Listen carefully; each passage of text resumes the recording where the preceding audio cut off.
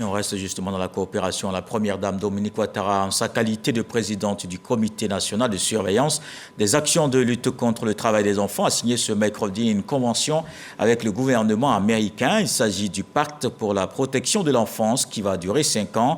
Il va nécessiter un appui financier américain de 10 millions de dollars. Un accord qui va permettre aux États-Unis d'appuyer la Côte d'Ivoire dans ses efforts de lutte contre la traite et l'exploitation des enfants. Mahama Traoré. Après le Ghana, la Côte d'Ivoire est le deuxième pays africain, le 7e au monde, à signer un tel partenariat avec le gouvernement américain.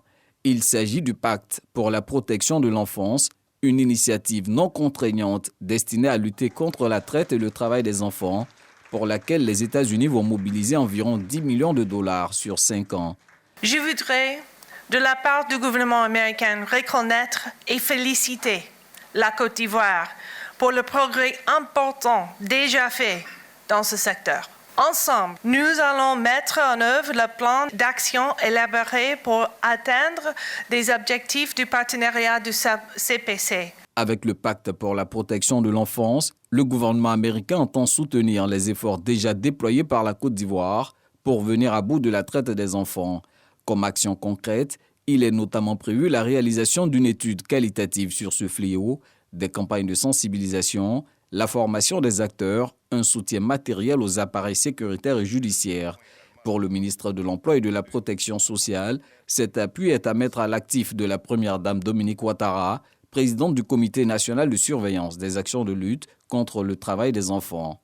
Madame la première dame, sans nul doute, c'est votre leadership et le plaidoyer que vous ne cessez de mener au niveau international qui ont permis à notre pays d'être éligible à ce programme de partenariat des États-Unis d'Amérique dont nous signons la convention aujourd'hui.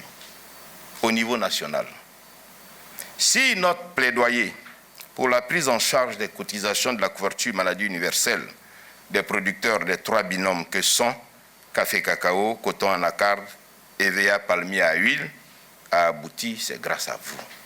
Oui, Madame la Première Dame, c'est grâce à vous. Et soyez-en encore infiniment remerciés.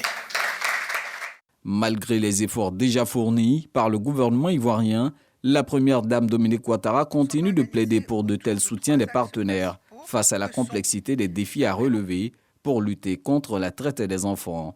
Cette nouvelle étape de notre engagement commun en faveur de la protection de l'enfance est d'autant plus encourageante que le programme, tel qu'il a été conçu, épouse parfaitement la vision de la Côte d'Ivoire en matière de planification des actions de lutte contre la traite, l'exploitation et le travail des enfants dans notre pays.